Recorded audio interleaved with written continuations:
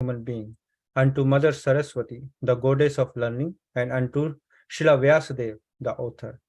Nashta prayashava bhadreshu nityam bhagavata sevaya bhagavati uttam shloke bhaktir bhavti nashtaki. By regular attendance in classes on the Bhagavatam and by rendering of service to the pure devotee, all that is troublesome to the heart is almost completely destroyed, and loving service unto the personality of Godhead, who is praised with transcendental songs, is established as an irrevocable fact. Hare Krishna, Krishna Krishna, Hare Hare, Hare Rama, Rama Rama, Hare Hare. Jai शिला गुरुदेव की जय, जगत गुरु शिला प्रभुपाद की जय, Shrimad Bhagavad Gita as it is की जय, श्रीमद् भागवतम पुराण की जय, nectar of instruction की जय, नित्य गौर प्रेमानंदे, हरि हरि बोल, हरे Krishna.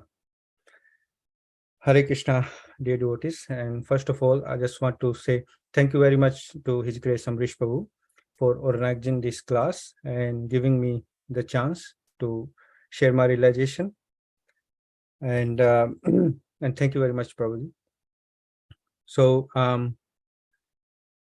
so I'll recite the text number 7 because we're reading text number 7, and I'll recite the verse and the translation first.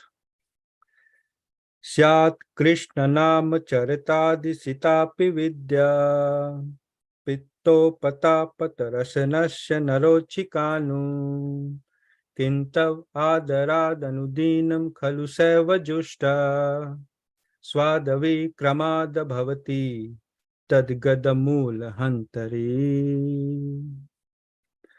Syat Krishna Nam Charitadi Sitapi Vidya Pitto Patapata Rasanasya Narochikanu Kintav Adaradhanudinam Khalu Seva Jushta Swadavi Kramada Bhavati Tadgadamula Hantari.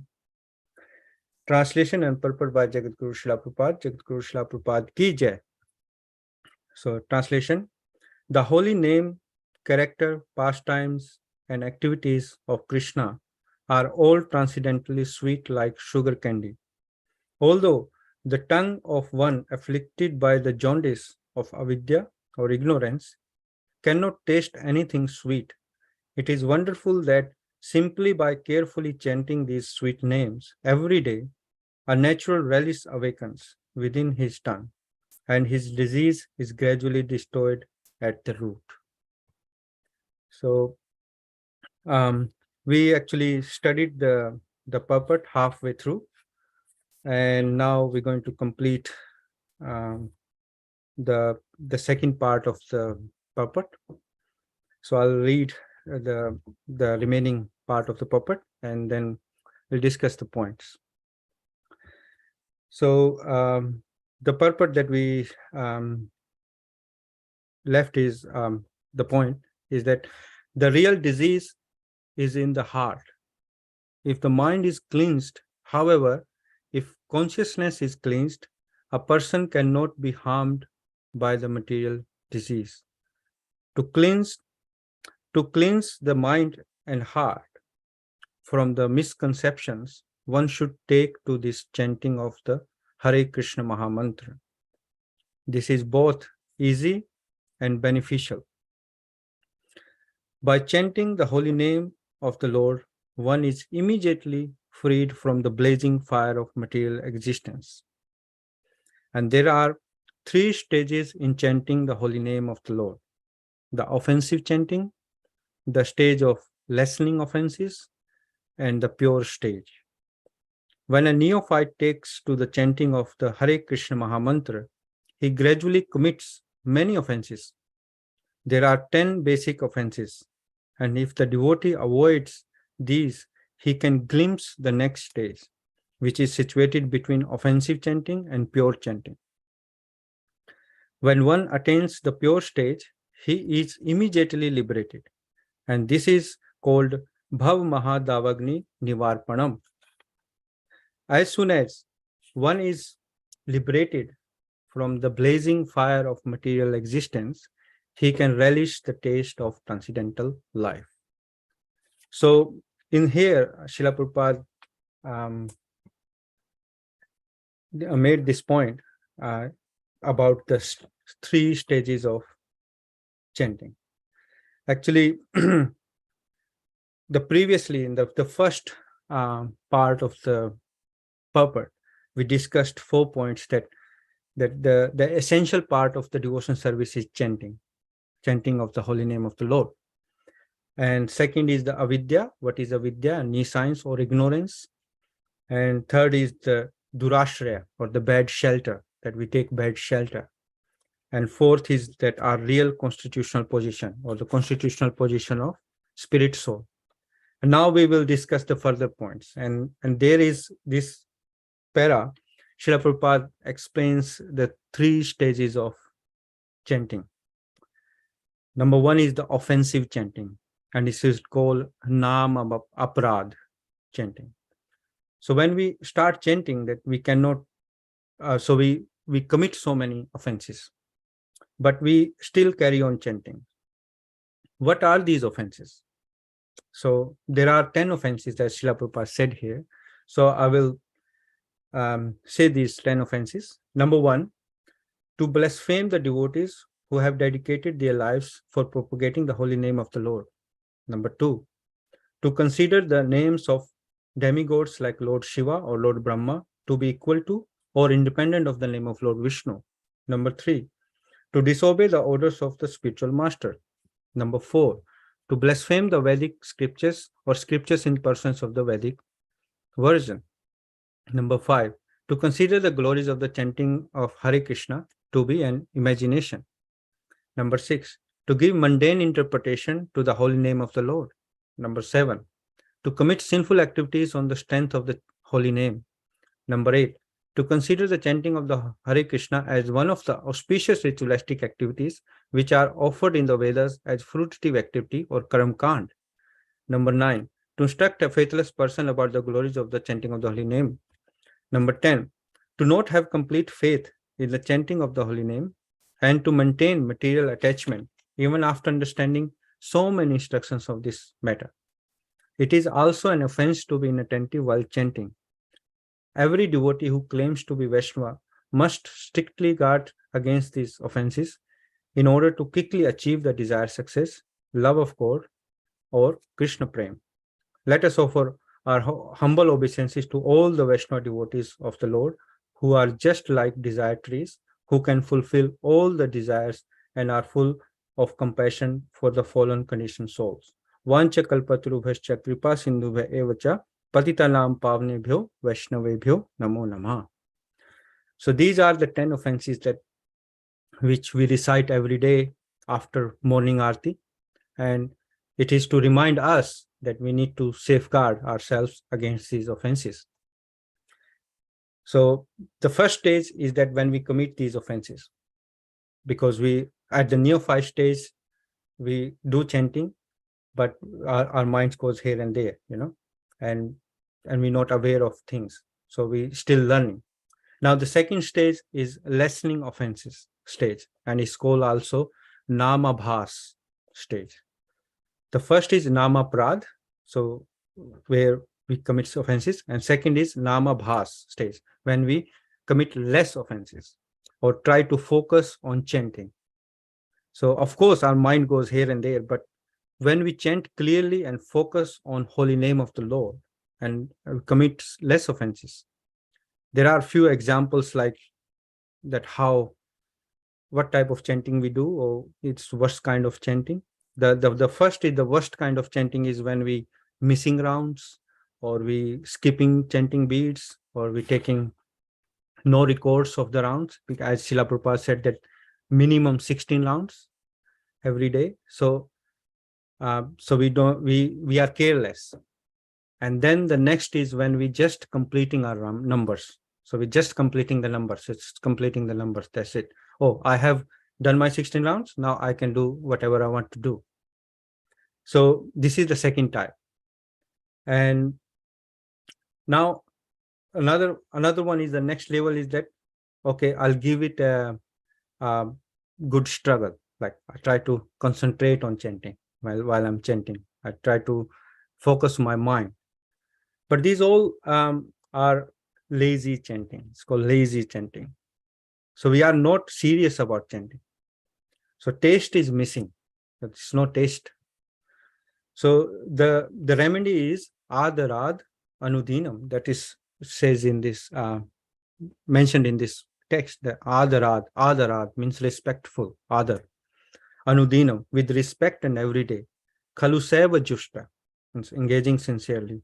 So if we every day sit and chant respectfully and attentively, then avidya, or the ignorance, will be destroyed from the root. Now, the third stage of chanting is the pure stage. Now, this is the stage when our seeds of sins get roasted. And pure stage of chanting is when devotee enters in the pastimes of the Lord. So as Srila Prabhupada said that he immediately liberated. And Bhav Mahadavagni Nivarpanam. And Chaitanya Mahaprabhu gave us the Shikshashtakam. This is from actually Shikshashtakam, Bhav Mahadavagni Nivarpanam. And there are 8 verses in Shikshashtakam. And this Shikshashtakam actually is the description and as well as the prescription of our disease. So it's the prescription of our disease, like if Cheto Darpana Marjanam. So it's clean the dust from our heart, or the cleaning the contamination from the heart when we do chanting. And so these are the 3 stages that Srila Prabhupada described here. Now, I just want to read further the purport. The conclusion is that in order to get freed from the material disease, one must take to the chanting of the Hare Krishna mantra. The Krishna consciousness movement is especially meant for creating an atmosphere in which people can take to the chanting of the Hare Krishna mantra.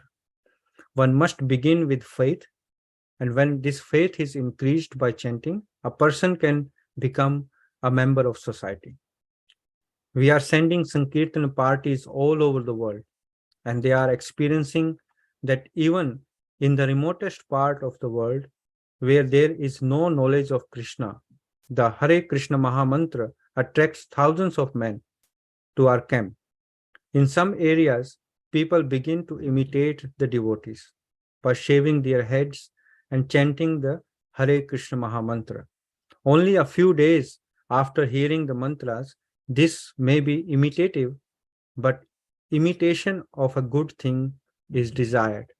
Some imitators gradually become interested in being initiated by the spiritual master and offer themselves for initiation. So here Srila Prabhupada is talking about that how the imitation of a good thing is desired. So people sometimes imitate, like we also seen that devotees doing Sankirtana, or they going out on the street doing Harinam, and people try to imitate, and they also participate in that chanting, that Kirtan, and that is desired. So because that attracts, because the holy name attracts people, and once they are also imitate, so that's because holy name is purifier, so it purify the heart. So it's very potent. The Hare Krishna Mahamantra, the holy name of the Lord, is known different than Krishna. So, and that's also attracts people, and slowly they, as Srila Prabhupada said, that some of them get initiated and they are on the Krishna consciousness path. So it attracts this sincere souls. And so this is the effect of Hare Krishna Mahamantra. And then next is that if one is sincere, he is initiated, and this stage is called Bhajana Kriya. One then actually engages in the service of the Lord by regularly chanting the Hare Krishna Mahamantra 16 rounds daily, and refraining from illicit sex, intoxicants, meat eating, and gambling. By Bhajan Kriya, one attains freedom from the contamination of materialistic life. He no longer goes to a restaurant or hotel to taste so-called palatable dishes made with meat and onions. Nor does he care to smoke or drink tea or coffee. He not only refrains from illicit sex, but avoids sex life entirely. Nor is he interested in wasting his time in speculating or gambling. In this way, it is to be understood that one is becoming cleansed of unwanted things. Anartha nivritti. The word anartha refers to unwanted things. Anartha are vanquished when one becomes attached to the Krishna consciousness movement. So when a person is relieved from unwanted things, he becomes fixed in executing his Krishna activities. Indeed, he becomes attached to such activities and experiences ecstasy in executing devotional service. And this is called bhava, the preliminary awakening of dormant love of Godhead. Thus, the conditioned soul becomes free from material existence and loses interest in the bodily conception of life, including material opulence, material knowledge, and material attraction of all variety. So at such a time, one can understand who the Supreme Personality of Godhead is and what his Maya is. So here Srila Prabhupada describes the 9 stages of bhakti. And these 9 stages of bhakti are like Shraddha. The first is Shraddha, of faith, and then Sadhu Sangha, when we associate with the devotees. 3 is Bhajana Kriya, the sadhana that we follow, the chanting of the holy name. And then Anartha Nivritti, the purifying our contaminations. And then Nishtha, the firm faith, or the Ruchi, the taste. And then Ruchi, the taste. And then number 7 is Asakti, the attachment to Krishna. And then Bhava, when we know our position and our dormant love for Godhead is awakened. And then Prema, the pure love. So these are the 9 stages that Srila Prabhupada had discussed. I will discuss these further. I'll just read the last paragraph and then we'll discuss the points. So although Maya may be present, it cannot disturb a devotee once he attains the Bhava stage. This is because the devotee can see the real position of Maya. Maya means forgetfulness of Krishna, and forgetfulness of Krishna and Krishna consciousness stand by stand like light and shadow. If one remains in shadow, he cannot enjoy the facilities offered by light. And if one remains in light, he cannot be disturbed by the darkness of shadow. By taking to Krishna consciousness, one gradually becomes liberated and remains in light. Indeed, he does not even touch the darkness. It's confirmed in Chaitanya Charitamrit, Madhya Lila, chapter 22, verse 31. Krishna Surya Sama, Maya Haya Andhakar, Jahan Krishna Tahan, Nahi Mayara Adhikar. Krishna is compared to sunshine and Maya is compared to darkness. Whether there is sunshine, there cannot be darkness. As soon as one takes to Krishna consciousness, the darkness of illusion, the influence of the external energy will immediately vanish. Jai, Srila Prabhupada ki jai. So here, in the end, Srila Prabhupada explained these 9 stages of bhakti, and in the beginning, one must have Shraddha, the preliminary stage, or preliminary desire for God realization. And this means an individual eager desires lead to be in the company of pure devotees or association of pure devotees. And this is which is a sadhu sangha. And next stage, that one follows the instructions of his spiritual master and begins the process of bhajana kriya or devotional practices. By executing the devotional service, one becomes free from contamination, anartha nivritti, and then firm faith develops, and ruchi or taste comes for the holy name of the Lord, and taste leads to a attachment for Krishna, asakti, and which matured in bhava, the preliminary stage, dormant love of Godhead. And in bhava stage, devotees develops strong, intense longing for the Lord and losing all material interest. Actually, this stage, he understands the Supreme Lord and his Maya. And the final stage is prema, the pure love of Godhead. Actually, Srila Prabhupada explains this point in the purport of Chaitanya Charitamrita Adilila, chapter 13, verse 39. I would like to read that para. Srila Prabhupada says that a person who is advanced in Krishna consciousness always feels separation from Krishna, because such a feeling of separation excels the feeling of meeting Krishna. Sri Chaitanya Mahaprabhu, in his last 12 years of existence within the world at Jagannath Puri, taught the people of the world how, with the feeling of separation, one can develop his dormant love of Krishna. Such feelings of separation or meeting with Krishna are different stages of love of Godhead. And these feelings develop in time when a person seriously engages in devotional service. The highest stage is called prema bhakti, but the stage is attained by executing sadhana bhakti. One should not try to elevate himself artificially to the stage of prema bhakti without seriously following the regulative principles of sadhana bhakti. Prema bhakti is stage of relishing, whereas sadhana bhakti is the stage of improving in devotional service. So Sri Chaitanya Mahaprabhu taught this cult of devotional service in full detail by practical application in his own life. It is said, therefore, apni achari bhakti sikhamu sabare. So Sri Chaitanya Mahaprabhu is Krishna himself, and in the role of Krishna Bhakta, a devotee of Krishna also.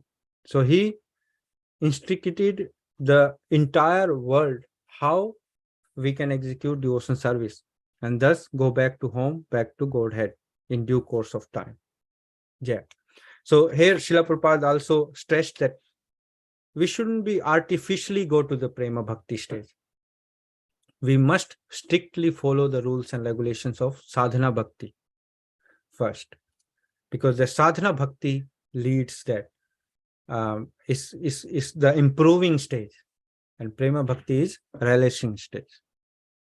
And actually these in this Nectar of Instruction, the first 7 verses that we will be reading also, these 7 verses also represents, or they are the process of sadhana bhakti. And the next coming verses, another 4 verses, they are the raganuga bhakti stage. So here Srila Prabhupada made this point about the 2 differentiations. Now, so this is the Prema stage, Prema Bhakti stage. Now we will see how Lord Chaitanya Mahaprabhu gave us the Shikshashtakam, right? So the 8 verses, which are very important, and we must actually recite them every day. And these verses is a prayer, that's teaches how should we pray to the Lord, and they are telling us, they are actually representing these 9 stages as well. So I would like to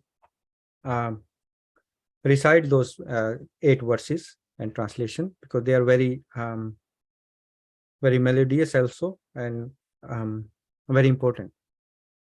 So Shri Shikshashtakam. Cheto darpana marjanam bhamahadavagni nivarpanam Shreya Kairva Chandrika Vitaranam Vidyavadhu Jivanam Anandam Buddhi Vardhanam Pratipadam Purnamrita Swadanam Sarvatma Sannapannam Param Vijayate Shri Krishna Sankirtanam.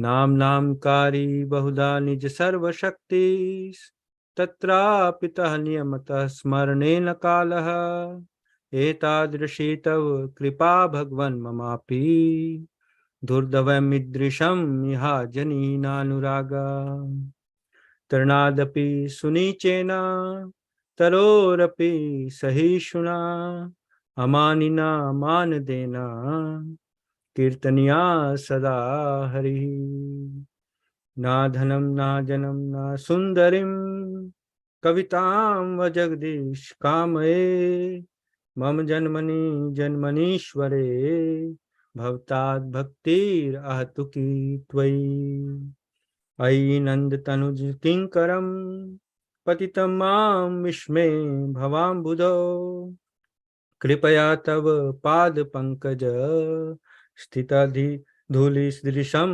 विचिन्तया नयनं गलदश्रुधारया वदनं गद्गदरुधाय गिरा पुलकैर्निचितं वपुः कदा तव नाम ग्रहणे भविष्यति युगायन्तं निमेषेण चक्षुषा प्राविशायितं शून्यायितं जगत्सर्वं गोविन्दावृणे मे आश्लिष्य वा पादरतां पिनष्टु माम् अदर्शनां मर्माहतां करोतु वा यथा तथा वा विधातु लम्पटो मत्प्राणथास्तु स एव नाप्रः हरे Krishna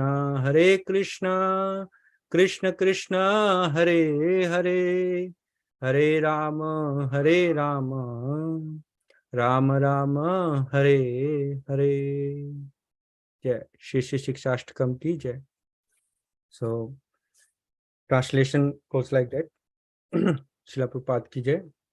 Glory to the Sri Krishna Sankirtan, which cleanses the heart of all the dust accumulated for years and extinguishes the fire of conditional life, of repeated birth and death. The Sankirtan movement is the prime benediction for humanity at large because it spreads the rays of the benediction moon. It is the life of all transcendental knowledge. It increases the ocean of transcendental bliss and it enables us to fully taste the nectar for which we are always anxious. O my Lord, your holy name alone can render all benedictions to living beings. And thus, you have hundreds and millions of names like Krishna and Govinda. In these transcendental names, you have invested all your transcendental energies. There are not even hard and fast rules for chanting these names. O my Lord, out of kindness, you enable us to easily approach you by your holy names, but I am so unfortunate that I have no attraction for them. One should chant the holy name of the Lord in a humble state of mind, thinking oneself lower than the straw in the street. One should be more tolerant than a tree, devoid of all sense of false prestige, and should be ready to offer all respect to others. In such a state of mind, one can chant the holy name of the Lord constantly. O Almighty Lord, I have no desire to accumulate wealth, nor do I desire beautiful women, nor do I want any number of followers. I only want your causeless devotion service, birth after birth. O son of Maharaj Nanda, Krishna, I am your eternal servitor, yet somehow or other I have fallen into the ocean of birth and death. Please pick me up from this ocean of death and place me one of the atoms at your lotus feet. O my Lord, when will my eyes be decorated with tears of love flowing constantly when I chant your holy name? When will my voice choke up and when will the hair of my body stand on end at the recitation of your name? O Govinda, feeling your separation, I am considering a moment to be like 12 years or more. Tears are flowing from my eyes like torrents of rain, and I am feeling all vacant in the world in your absence. I know no one but Krishna is my Lord, and he shall remain so even if he handles me roughly by his embrace or makes me broken-hearted by not being present before me. He is completely free to do anything and everything, for he is always my respectful Lord unconditionally. Jai. Chaitanya Mahaprabhu ki jai. So here in this Shikshashtakam, these 8 verses are so intense, so much. When we recite them, it's very it's like a good prayer to the Lord, and it's ideal prayer to the Lord. And it sets us in a right mood when we do chanting. So in the I would like to say that there is a reference in Srila Prabhupada's book. It's called the Teaching of Lord Chaitanya about the mood how we should chant. When we're talking about that, we should be chanting in right mood. So this is very instructive and very good purport, the paragraph that Srila Prabhupada says, and I would like to read that from this book. This is not very big para, and the chapter 18 is called Conversation with Prakasananda. And Srila Prabhupada says in the last paragraph that generally a human being is interested in religion, economic development, sense gratification, and liberation. But love of God is above all these. A bona fide spiritual master chants the holy names Hare Krishna, Krishna Krishna, Hare Hare, Hare Ram, Ram Ram, Hare Hare. At the transcendental sound vibration enters into the ear of the disciple. And if a disciple follows in the footsteps of his spiritual master and chants the holy name with similar respect, he actually comes to worship the transcendental name. When the transcendental name is worshipped by the devotee, the name himself spreads his glories within the heart of a devotee. When a devotee is perfectly qualified in chanting the transcendental vibration of the holy name, he is quite fit to become a spiritual master and to deliver all the people of the world. The chanting of the holy name is so powerful that it gradually establishes its supremacy above everything in the world. The devotee who chants it becomes transcendentally situated in ecstasy and sometimes laughs, cries, and dances in his ecstasy. Sometimes the unintelligent put hindrances in the path of chanting the Maha Mantra, but one who is situated on the platform of love of Godhead chants the holy name loudly for all concerned. As a result, everyone becomes initiated in the chanting of the holy names. Hare Krishna, Krishna Krishna, Hare Hare, Hare Ram, Ram Ram, Hare Hare. By chanting and hearing the holy names of Krishna, a person can remember the forms and qualities of Krishna.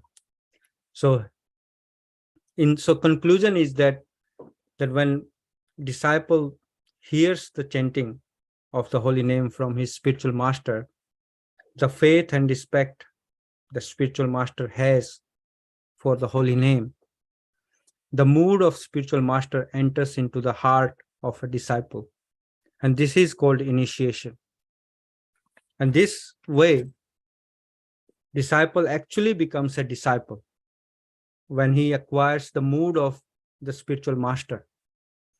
Chanting is done in the connection with the Lord. It's when it's done in the right mood of approaching the Lord, then transformations happens. Now, because Krishna is known different from the name, and Krishna reciprocate according to the mood. So if chanting is done generally, then Krishna will reciprocate generally. And if we chant in a specific mood of service, Krishna reciprocate in the same mood. So when we see where we are in our chanting now and start from this stage to progress further in the next level, then there is because there are different levels of chanting, there are chanting because the advanced devotees, they chant to establish that relationship with the Krishna. And Sri Chaitanya Mahaprabhu said, Kirtaniya Sadahari, chanting of the holy name accompanies everything. Any activity of bhakti is properly performed when it's accompanied with the chanting of the holy name, because activities is entirely connected with the Lord. So this is the importance of the chanting of the holy name of the Lord. because by unknowingly, or our laziness, or whatever you can call it, we don't take it very seriously sometimes. And it is a very serious matter, because as it says in this verse or this text, that this disease, that this avidya disease, or this disease of that we don't have taste for the chanting of the holy name, is the only remedy it will this disease will get destroyed from the root. Is only way is when we do adarad anudinam, with very respectful, and daily we chant the holy name of the Lord. That's how we can overcome with this disease. And this is a very important verse actually, and that's why we covered so many points on related to the chanting of the holy name of the Lord. So I think I'll conclude here, and because there are intermediate devotees here. So if you have any questions or any comments on this today's discussion, so please, you may ask now.